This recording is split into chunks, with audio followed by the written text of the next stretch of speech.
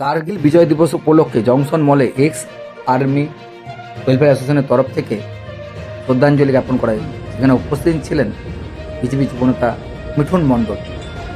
আসুন মিঠুন মণ্ডলের বক্তব্য আমরা শুনি। আর ছেলেটা কেউ দিলে বড় দেয়া করে দেবো।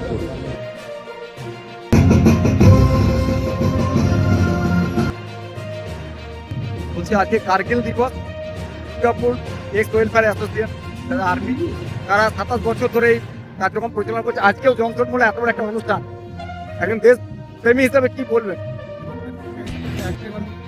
আর দেশের সারা জীবন পুরো জীবনটা দেশে রক্ষা করার জন্য, আমাদের জন্য, সমাজে আমরা বুঝতে পারি, ভালো করে থাকতে পারি, তার জন্য জীবন দিয়েছে।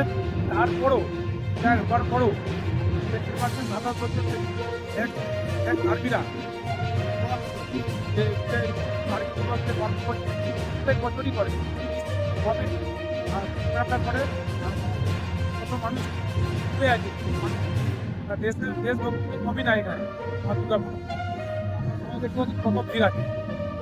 এরা র্যালি করে এসে তারপর দেশভক্ত গান হচ্ছে, পুরো পরিবারকে নিয়ে এসে তার কার্গিল পরিবার রয়েছে এখানে। এইটা প্রত্যেক বছরই এনারা 27 বছর ধরে হচ্ছে, এনারা প্রত্যেক বছরই এনারা করে প্রোগ্রামটা করে। আর আপনারা জানেন যে সৈনিকরা আমাদের ঘর রিটার্ন আসতে পারে না, তারা ইতিহাসে যেন পুরো সারা জীবন আমার আছে সবাই জানে। আর আমরা আমাদের সব কিছু আমরা দেখতে পাচ্ছি। এই যে ভারতের সৈনিকদের এত অত্যন্ত প্রহরা, বিদেশি শক্তিকে তারা উঠে দাঁড়িয়েছে যে আমরা নিশ্চিন্তে ঘুমাতে পারি, তাদের জন্য কি বলবেন? এনাদের জন্য আমরা এখন এখানে আলোচনা করছি, আমি আপনাকে বাইক এনাদের তো দেশটাই পুরো এনার উপরে, দেশ ইনারা আছে বলে দেশ আছে।